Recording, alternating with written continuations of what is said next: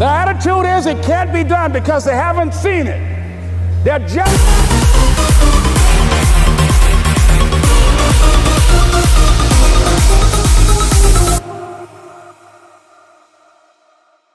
being written by people with imagination.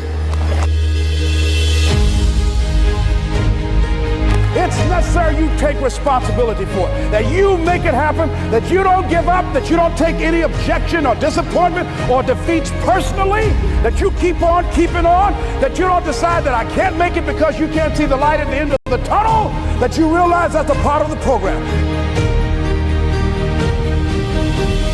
You must have faith. You've got to believe in yourself. You've got to believe in your abilities. You got to believe in your service, your company, your ideas, unquestionably. You got to have faith, and that faith gives you patience. That it's not going to happen as quickly as you want it to happen. When you got an idea, you want to move on. You might not have the money, you might not have the education, you might not have the support or the resources you need. What is that something that can keep us going, that will enable us to act on our dream? What's one of those keys that will begin to help us to discover the secrets to our dream? Here's what I want you to repeat after me, please, with power and conviction. Say, it's possible. It's possible. You cannot let a fear of failure or a fear of comparison or a fear of judgment stop you from doing what's going to make you great. You cannot succeed without this risk of failure. You cannot have a voice without the risk of criticism. And you cannot love without the risk of loss. You must go out and you must take these risks. Everything I'm truly proud of in this life has been a terrifying prospect to me. None of it comes easy. And people will tell you to do what makes you happy, but a lot of this has been hard work. And I'm not always happy. And I don't think you should do just what makes you happy. I think you should do what makes you great. Do what's uncomfortable and scary and hard, but pays off in the long run. Be willing to fail. Let yourself fail. Fail in the way, in the place where you would want to fail. Fail, pick yourself up, and fail again. Because without this struggle, what is your success anyway? Look, as best we know it, we have one life. In it, you have to trust your own voice, your own ideas, your honesty, your vulnerability. And through this, you will find your way. You do not have to be fearless. Just don't let fear stop you. Live like this as best you can, and I guarantee you will look back on a life well lived. You are capable of greatness in your profession, and more importantly, in your quality of self. Stay hungry. Stay young at heart. Take those risks.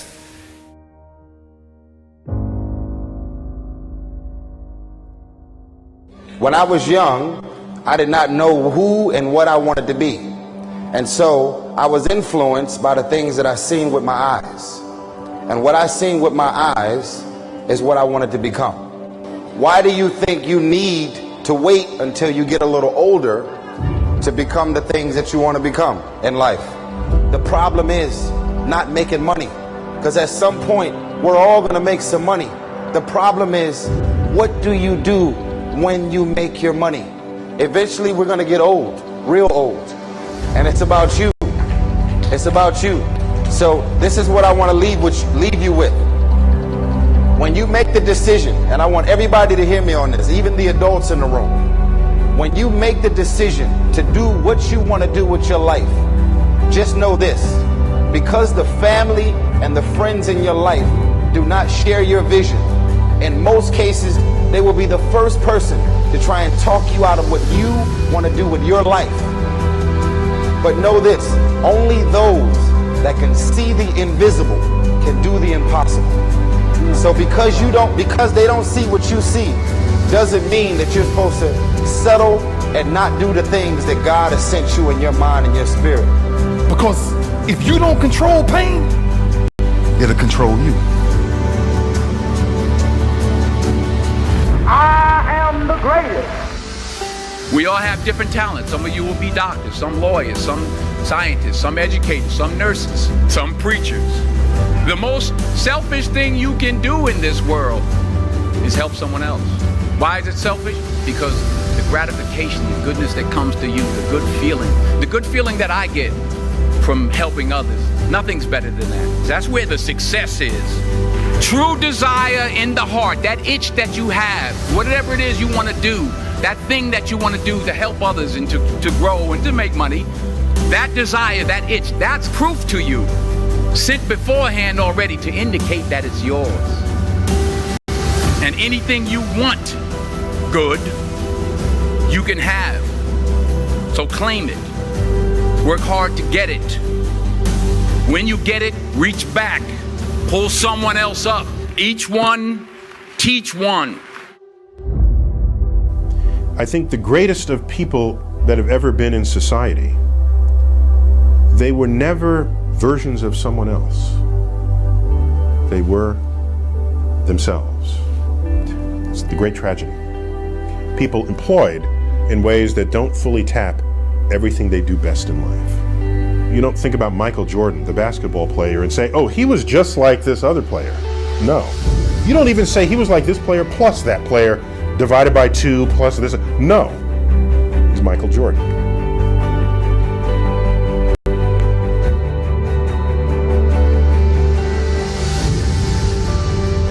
I hope you'll turn toward the problem of your choosing. I hope you'll drop everything. And I hope you'll solve it. This is your life. This is your moment. And it is all down to you.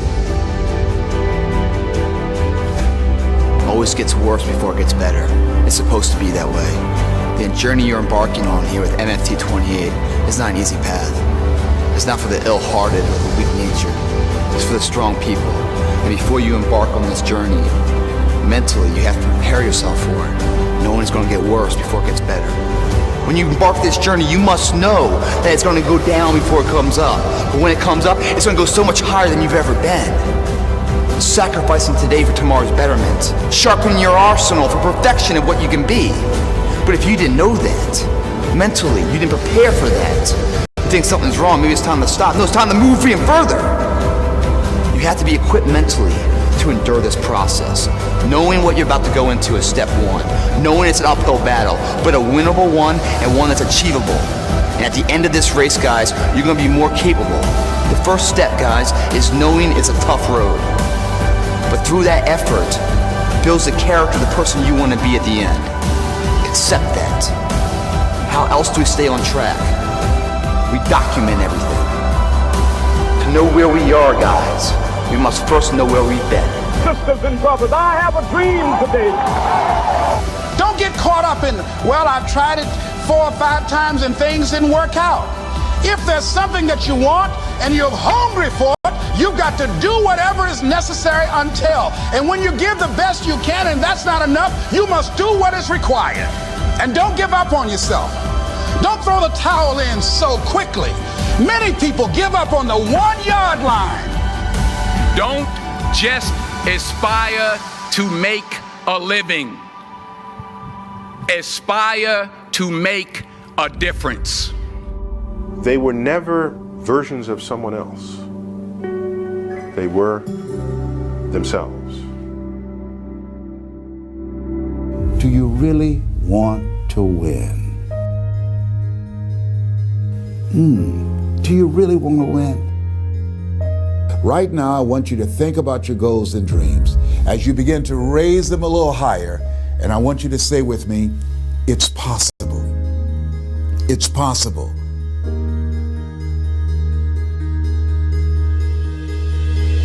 You ever thought about something you wanted to do and you talk yourself out of it? There's a proverb that says, if there's no enemy within, the enemy outside can do us no harm. That's why it's important that you make it a point every day to review these lessons, to get them deep, not only in the conscious mind, but the subconscious mind, and get them in your spirit. Well, how often should I do it? Do it until you are producing the results. That's how often you should do it. And you never stop, because once you stop, that's when those negative thoughts will come back. Once you stop, that's when you will begin to doubt yourself. Once you stop, I'm telling you what I know. Yes, every day it's a selling job on you. It's possible. I can do this. I can make this happen. No matter how bad it is or how bad it gets, I'm going to make it. It's possible. Yes, your dream is possible. Say that to yourself every day. Feed your mind with words that you write and words that you hear and words that you speak to yourself. Feed your faith and your doubts will starve to death. Say to yourself, it's possible. It's possible. It's possible. Even when you have no evidence to point to, say to yourself, it's possible. There's nothing as powerful as a made-up mind. What keeps you on top is the ability to think and prepare mentally over and over and over again. The body has limitations, the mind does not. We focus so much on what goes on from the neck down that we forget it all starts from here. You got to write, even if no one published your book, write, because that was given to you to do. You do what it is you're supposed to. You're supposed to build something. You're supposed to create something. I don't know how to do it. Learn. Do whatever is required. Just go out there. It's possible you can get what you want. It's necessary. If you want it, you got to go into action. You got to be willing to experiment. You got to be willing to fail and to succeed. You got to be willing to form and to develop new relationships. It's you, it's on you. You got to make that happen. Nobody's going to bring it to you on a silver platter and say, here's your dream manifested. No, it's hard. Yes, it's hard. It's difficult. Yes, right? And it's worth it. I hear stuff all the time. People say, oh, look in the mirror and you'll see why you're not succeeding. I don't believe that, okay? It's what you don't see in the mirror. That's what's holding you back. It's what you're not willing to see is why talent is not enough. And when you finally see it and accept it and decide to work on it, then you can take that next level. Sometimes you have to believe in somebody's belief in you until your belief kicks in. So here's what I am believing for you. The goals that you right now have, the things that you have envisioned for yourself, this is a reflection, what you've done thus far and what you are engaged in doing. It's what's possible for you right now, but there's even more. You don't even know what's in the future. Eye has not seen, ear has not heard. If you believe in yourself, if you constantly remind yourself after every defeat, after every setback, every time you get knocked down, I've got a saying, if life knocks you down, try and land on your back, because if you can look up, you can get up. See, a lot of people, because of failure, they stop believing. Let me share something with you. You will fail your way to success. Yes, 8 out of 10 millionaires have been financially bankrupt. You will fail your way to success. It doesn't matter how many times you fail. It doesn't matter how many times people tell you that you can't do it. It doesn't matter if you don't have a dime in the bank. If you really want to win in life, you've got to believe in yourself when no one else does. You've got to believe in yourself. See, it's easy to believe in yourself and to have faith if you have a good bill of health, if your relationship is working out fine, if you have money in the bank, if you have a secure job, if your mortgage note is paid current. It's easy to have faith then. Let me tell you when it's really tough to have faith. When you lose your job, when you lose your retirement, when you go to the doctor and they look at you and say, you have cancer. Cancer is the most feared word in 7 different languages. That's when it's tough to have faith then. And that's when you need to call on your faith then. They said faith is the oil that takes the friction out of living. That's when you need to believe in yourself then and judge not according to appearances and say to yourself, it's possible. It's possible. I can make it. It's possible. I'm going to get through this. It's possible. I'm not going to allow this to get the best of me. Now, when I was 15 years old, I had a very important person in my life come to me and say, who's your hero? And I said, I don't know, I gotta think about that. Give me a couple of weeks. I come back 2 weeks later, this person comes up and says, who's your hero? I said, I thought about it. You know who it is? I said, it's me in 10 years. So I turned 25, 10 years later. That same person comes to me and goes, so are you a hero? And I was like, not even close. No. She said, why? I said, because my hero is me at 35. So you see, every day, every week, every month, and every year of my life, my hero's always 10 years away. I'm never gonna be my hero. I'm not gonna attain that. I know I'm not, and that's just fine with me because that keeps me with somebody to keep on chasing. So, to any of us, whatever those things are, whatever it is we look up to, whatever it is we look forward to, and whoever it is we're chasing, to that I say amen. To that I say, all right. To that I say, just keep living, huh? Thank you. I don't know what you're up against. I don't know what you are facing, but here's what I do know. You've got something special. You've got greatness in you. And I know it's possible that you can live your dream.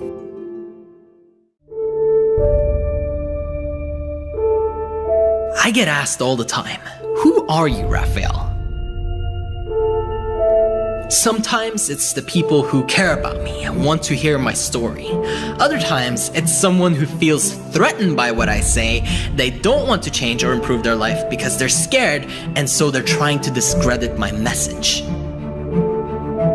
I want you to hear one thing from me. It doesn't matter who I am. The reason I don't talk about my story in every speech like a lot of other speakers do, the reason I don't constantly push on you why I'm qualified to share this with you, is because I'm not trying to get you to think that I'm perfect or that I deserve this and that. I'm not after your sympathy. I don't need you to hear about every tough thing and little thing that I've overcome. I want you to actually feel what I'm saying.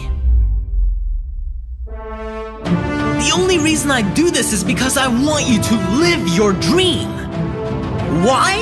Because I got to live mine every single day I wake up, and I do what I love. Listen to what I'm saying here. This isn't about me, it's about you. And if you listen to my speeches, if you love my work and it helps you do what you're supposed to do, well then it's mission accomplished. I want to bring you value. I want to impact your life for the better. I want you to listen and feel shivers running down your spine. Do you hear me? My why is about you. My why is not about me. And the moment that you decide that you are going to bring real value to someone else, when you decide that this is about more than yourself, something happens. What happens is that you explode. You can now live your dream because you're helping other people in one way or another. So long as you are self-centered, so long as you are stuck worrying about your little problems, you will never be able to create a breakthrough. Who are you letting down if you don't show up? It could be 10 million people for all you know. I never thought that I would reach this many people.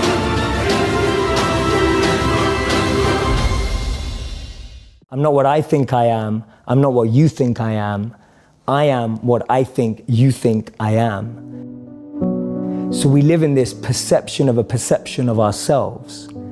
Hence, my identity is made by what my parents think I should be. My identity is made up by what my college or university thinks I should achieve. While you're living in that bubble and that echo chamber, getting to what you really want to do is impossible.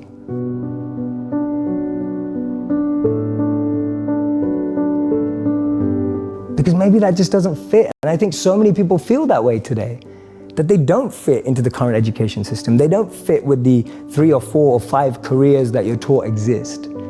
So that process of self-excavation and actualization first requires being exposed. You can't be what you can't see. If I never saw a monk, I would never have wanted to be a monk. If I never meet a billionaire, I wouldn't want to be one, because I wouldn't know what that feels like. I don't know what it looks like. I don't know what it takes. And I think that's the biggest challenge of our society, that we're not exposed. You're not trying to get to perfection right now. You're just trying to get a little bit better than you were yesterday or an hour ago. Strengths are not highly correlated with long-term success. Right? There's not a lot of data and there is not a lot of research that has shown it leads to long-term success with the positive outcomes associated with what we care about in psychology, which is we care about happiness, we care about health, and we care about your positive relationships. And this myth that, oh, we'll just follow our strengths to the promised land is just not true when you actually talk with high performers. Because my favorite question, and if anyone's down this, just go up to anyone who's good and say, were you always good at that? And they'll be like, no.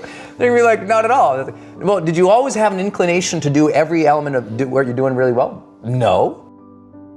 An ideal life is when we all have a head, a heart, and a hand, all three elements together. A head is the clarity of vision. What you want. What you want. Knowing what you want, the way you picture life, and being able to navigate and make the decisions to get there. That's a good head.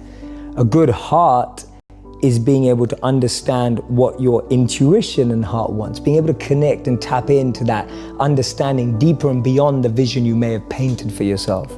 So I often say to people that you'll get to where you want in life, just not in the way you imagined. And that's because the path that's paved up and down is far different to the path we pave. So you can have a great head and a great vision and a great mission and know where you want to go, but if your heart's not able to have that resilience and be able to adapt and have compassion and care and all of that, then you're not going to be able to make the toughest decisions without your heart. But to be able to realize that we need to care and be sustainable and long-lasting requires a heart. And a hand is that service, wanting to pass that on, that which you have, wanting to give it forward, pay it forward. The idea of serving with what you have, I often say to people, your passion is for you, your purpose is for others. Your passion makes you happy, but when you use your passion to make a difference in someone else's life, that's a service, that's a purpose.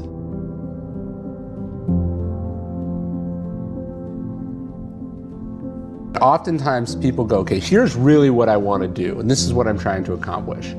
And then they see all these other things that other people are doing, and then they kind of see that as like a grab bag, and they're like, and I want a little of this, and a little of this, and a little of this, and I want it all at the same time. And that's not really possible, you know? You can't play 5 sports at the same time. You gotta pick one, you gotta specialize. Maybe you can do 2, but you probably can't do 5, right? You can't be a classical musician and a rock star, you know, and this all at the same time. So it's about sort of picking your lane, and then knowing that some goals are mutually exclusive.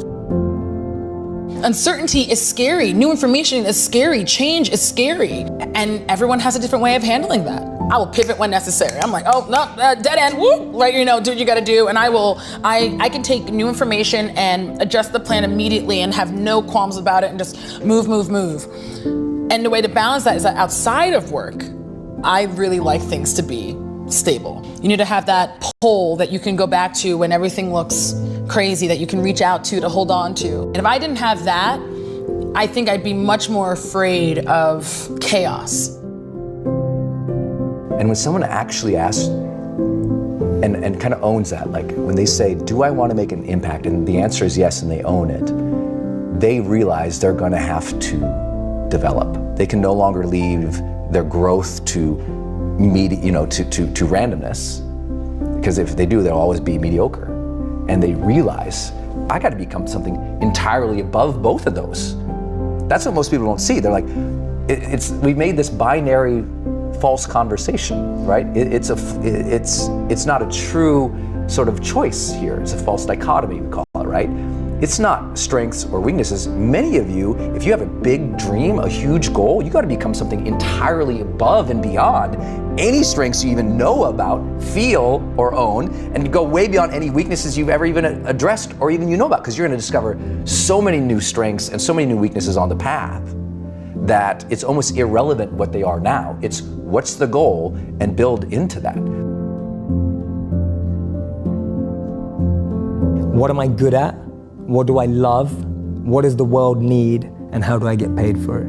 To me, those 4 help you unlock your passion. When you find the intersect across all of those 4, you're making your passion your purpose. You'll unlock your passion, you'll find your purpose. This is path 1, there's 2 paths. Path 1, I find my skill set and I engage it to help other people and become better at it. So I'm becoming better at what I'm good at and I'm using it to help other people because I'm aware of what I'm quite good at and I know what knowledge I have, what skills I have. I have some self-awareness. The other path that people often miss is actually I just start serving people. I just start helping people and I start to notice what I enjoy about that and what I'm good at helping people with. So that's Gandhi's part. Gandhi said that you find yourself when you lose yourself in the service of others. So for me, those are the 2 paths of how do I find my passion and finding the intersect between those 4 areas. The question I ask clients the most is, what does success look like for you on this project? And I get them to really describe it to me, and let's say there's more than one thing in there. I go, now if you could only pick one of those things and the other ones didn't happen, which one would you pick? And I'm trying to get them to sift through some of that conflict so we can really hone in on what we're trying to do. And oftentimes, where ego comes in is like we've got the things that impress other people and then the real meaningful impact that we're trying to have. And oftentimes, I'm not saying that the status things aren't nice and they're not impressive and they're not cool, but we've got to make sure that they're not coming at the expense of those other things. So motivation is a word, right? It's a label that we put a set of events in our brain. What you actually want is the outcome of that. You want to do things that when it's hard. So I think that there are a few kind of things that we know work. One is evidence of past successes. If I sit with you and I go back to your memories and I reframe them as successes, suddenly the current event that's the same is a success. So I think that one thing is like having success stories and identification stories. As in you find there's a lot of people out there. There was a person that is like you, that had similar experience and chose the thing that you want to choose. Find this person or these people and it's going to rub into you. So I get asked by my students often, how do I become funnier? How do I become smarter? And like my one tip that I give them all the time is surround yourself by people that you want to be like. Do you remember that first personal development book you read? Do you remember that first time you wrote tons of notes about what you wanted your life to be about? Do you remember that first time you watched a movie that inspired you to go change? There was fire there because that learning, it opened up your mind to a new level of existence for you. And as soon as you saw it, you were like, ooh, ambition hit your heart. And now if you can match it with contribution and you can see how that passion or that fire or that learning or that growth all aligns to some type of impact, now you're getting me fired up. Because now I can see the outcome of all the work. A lot of people don't do the work because they don't believe the outcome. That's interesting. You know, and psychologists talk about the power of expectancy. When we talk about motivation, there's only 2 things that spark motivation. One is ambition, and that is I want more of or I want a greater depth of, right? I want a greater depth of connection with my lady, that's ambition. Or I want a better meditative practice, that's ambition, right? I want to be better at my job, that's ambition. So it starts with ambition, but ambition, if it's not coupled with what they call expectancy in psychology, you're screwed. Expectancy says, I believe that I can figure that out. I believe that I can achieve that. I believe that that is possible for me. And if you can open that gate for somebody, and often that's only achieved through learning, then you get somebody who starts really moving ahead forward. I mean, really moving ahead. Like the second they go, wait, that's possible for me, they'll try 50 stupid things, right? They'll try anything. But if they don't believe it's possible for them, they'll just quit. There's an incredible study in 2017 that said the most successful people in the world, healthy, wealthy, and wise, choose education over entertainment.